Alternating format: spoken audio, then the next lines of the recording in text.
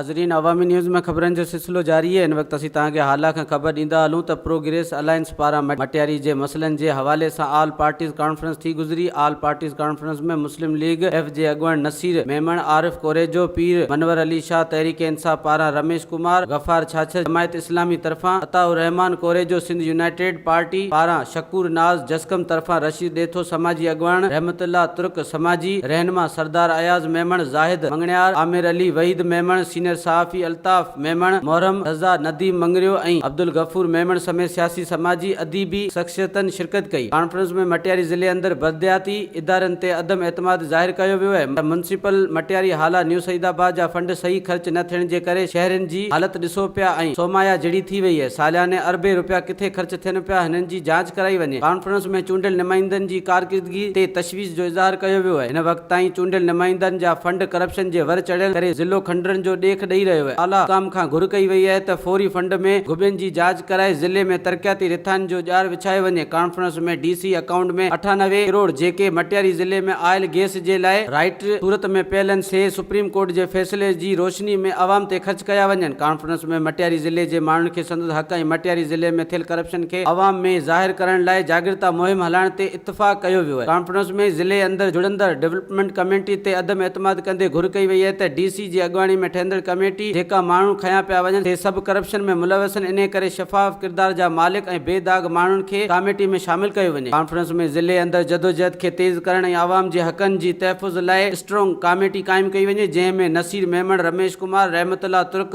मौलवी फ़कीर मोहम्मद लाखो, शकूर नाज़, रशीद ॾेथो, सरदार अयाज मेमण खे शामिल कयो वञे, जेके ज़िले अंदर आवाम जे मसइलनि फंड करप्शन ते पंहिंजी हिकमत अमली तय करे जदोजहद खे तेज़ कंदे ऐं हिकु लायर फॉर्म जोड़ींदे जेको कानूनी तरह ज़िले अंदर थियल करप्शन खे कोर्ट में चैलेंज कंदो। वधीक ख़बरनि ऐं तफ़सील लाइ विज़िट कयो अवामी news Facebook page, YouTube page ऐं अवामी न्यूज़ वेबसाइट।